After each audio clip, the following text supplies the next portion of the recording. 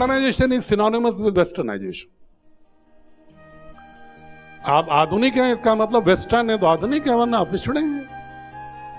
अगर आपने धोती कुर्ता पहन लिया है तो आप पिछड़े हैं, अगर आपने टाई लगा लिया है तो आप फिर मॉडर्न हैं। जबकि आप सभी जानते हैं कि मॉडर्नाइजेशन कोई वस्त्र से होता है क्या? विचार आधुनिक होने का मतलब क्या है? आधुनिकीकरण का मतलब क्या है? अतीत के समस्त ज्ञान परंपरा का बोध और उसके गर्भ से निकलते हुए जो दक्षताएं हैं, वर्तमान की चुनौतियों के समाधान करने में उसका प्रयोग, और जो परिवर्तनकामी शक्तियां हैं वो भविष्य में किस तरह की चुनौतियां संभावित हो सकती हैं उसके समाधान करने का सामर्थ्य।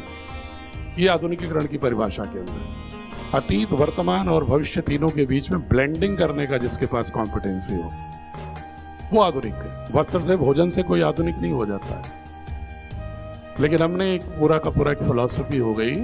और एक पंक्ति में आपको जोड़ दूं, ऐसा क्यों किया उसने? आप सभी ने शायद जरूर पढ़ा होगा, दारा शिकोह के जमाने में उपनिषदों की एक फारसी में अनुवाद हुआ था। अकबर के जमाने में महाभारत, रामायण और गीता का फारसी अनुवाद हुआ था। वो अनुवाद चला गया दारा शिकोह के एक फ्रेंच डॉक्टर विलियम्स के माध्यम से फ्रांस।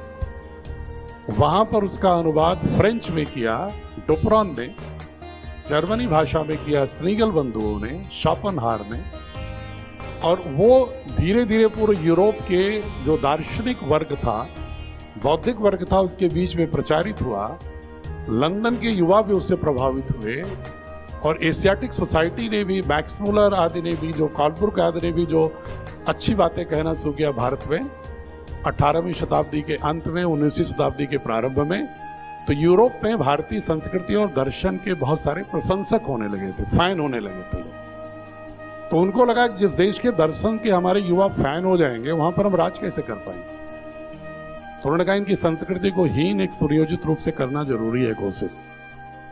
फिर धीरे धीरे हमारे सारे ग्रंथ, सारे स्क्रिप्ट खत्म हो गए। सुश्रुत संहिता अभी भी लंदन की बर्मिंघम लाइब्रेरी में पड़ी हुई है, उसकी मेन मैन्युस्क्रिप्ट, और भारत में कहीं नहीं मिलती मैन्युस्क्रिप्ट में।